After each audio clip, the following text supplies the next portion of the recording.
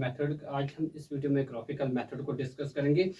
तो graphical method में हम ये सीखेंगे how to solve a pair of linear equations in two variables. ठीक है, तो अगर हमारे पास pair of linear equations means कि दो लीनियर इक्वेशंस है, इनको ग्राफिकली कैसे सॉल्व करेंगे। ठीक है, तो यहाँ मैंने दो लीनियर इक्वेशंस ली है। कौन कौन सी? a1x plus b1y plus c1 is equal to 0 and second is a2x plus b2y plus c2 is equal to 0। ये दो लीनियर इक्वेशंस है in variable x and y है। जैसे हम जानते हैं कि जो linear equation in two variables होती है उसका ग्राफ ऑलवेज स्ट्रेट लाइन होता है। तो इसका मतलब है इसका भी बनेगा स्ट्रेट लाइन और इसका भी बनेगा स्ट्रेट लाइन। मान लीजिए कि जो पहली वाली इक्वेशन है a1x plus b1y plus c1, इसकी स्ट्रेट लाइन कुछ इस तरह बनती है, राइट, ये वाली स्ट्रेट लाइन।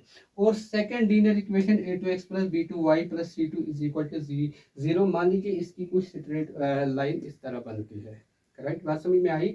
तो अगर ये एक पॉइंट पे मीट करते हैं, किसी एक पॉइंट पे क्या करते हैं, मीट करते हैं, तो जहां पर ये मीट करते हैं वही उनका यूनिक सोल्यूशन कहलाता है या सोल्यूशन कहलाता है, राइट।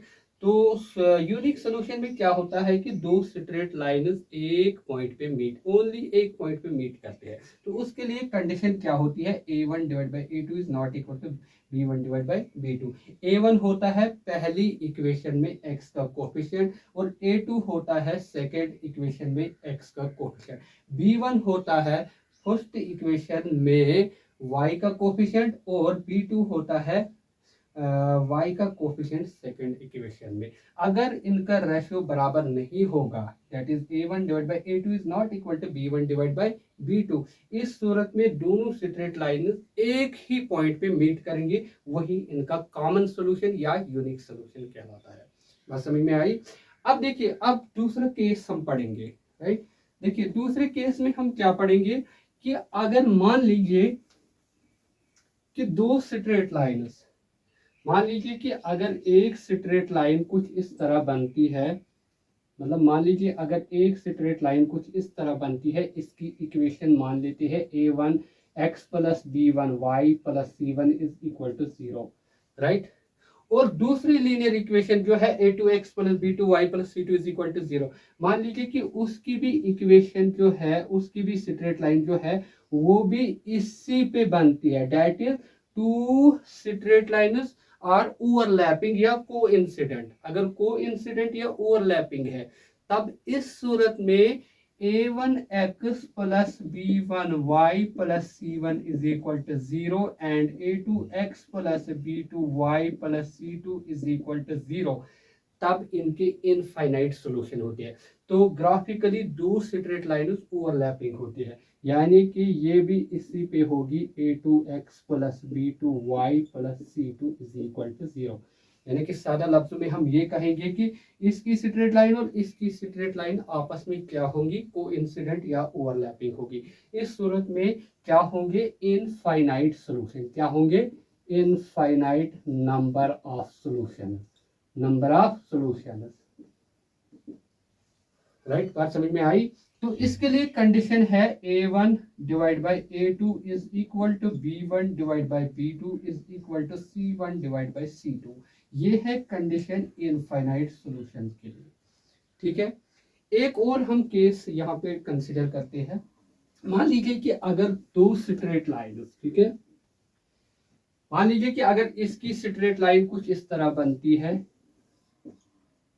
पहली की स्ट्रेट लाइन कुछ इस तरह बनती है, ठीक है, और सेकंड की स्ट्रेट लाइन कुछ इस तरह बनती है। बस समझ में आई?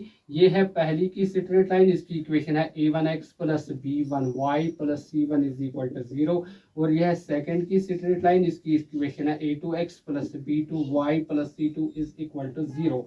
तो इस सूरत में दोनों स्ट्रेट लाइन्स कहीं मीट नहीं हो जाते हैं, तो यहाँ इस सूरत में हम ये कहेंगे नो सॉल्यूशन। यहाँ उनका कोई सॉल्यूशन नहीं होता है, कोई कॉमन सॉल्यूशन नहीं होता है। ठीक है, तो यहाँ इसके लिए कंडीशन क्या होती है? a1 divide by a2 is equal to b1 divide by b2 is not equal to c1 divide by c2। इस सूरत में दो इक्वेशंस जो होंगे वो पैरेलल होंगे, ग्राफिकली होंगे पैरेलल। ठीक है, तो यहाँ कोई सॉल्यूशन नहीं होगा। ठीक है, कहीं पर भी दो स्ट्रेट लाइन्स मीट नहीं हो जाते। तो यहाँ मैंने कितने 3 केसेस को डिस्कस किया, राइट, 3 केसेस को मैंने डिस्कस किया। पहला केस है कि अगर a1 divide by a2 is not equal to b1 divide by b2, तो इस सूरत में यूनिक सोल्यूशन होता है, यूनिक सोल्यूशन। तो ग्राफिकली दो स्ट्रेट लाइन्स एक ही पॉइंट पे क्या करते हैं, मीट करते हैं। क्या करते हैं, graphically two straight lines meet only at one point, at one point, ठीक है। और सेकंड जो मैंने डिस्कस किया that is a1 divide by a2 is equal to b1 divide by b2 is equal to c1 divide by, इस सूरत में क्या होता है, इस सूरत में होता है infinite number of solution, infinite number of solution, यानी कि यहाँ बहुत सारे सॉल्यूशंस होंगे, ठीक है। तो ग्राफिकली क्या होंगे, ग्राफिकली होंगे टू, शाबाश, टू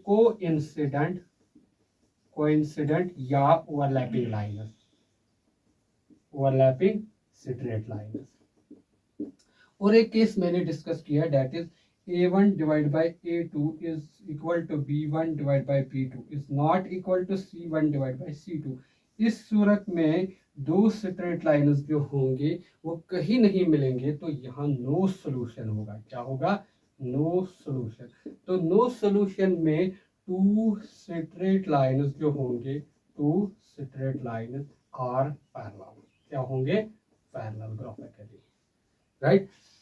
यहाँ पर भी सोल्यूशन एग्जिस्ट होता है, इस सूरत में भी सोल्यूशन एग्जिस्ट होता है। तो अगर सोल्यूशन एग्जिस्ट होता है तो उस सूरत में हम कहेंगे कि जो हमारे पास दो इक्वेशंस है a1x plus b1y plus c1 is equal to 0, a2x plus b2y plus c2 is equal to 0, they are consistent. क्या कॉन्सिस्टेंट में सोल्यूशन एग्जिस्ट होता है, चाहे एक सोल्यूशन होगा या एक से ज्यादा सोल्यूशंस होंगे, ठीक है। तो अगर यहाँ पे सोल्यूशन एग्जिस्ट नहीं होता है तो इस सूरत में हम कहेंगे दो इक्वेशंस जो होते हैं दीज आर इनकॉन्सिस्टेंट, ठीक है। तो आई होप कि आपको ये मेथड जो है पूरी तरह समझ में आया होगा। Thank you for watching.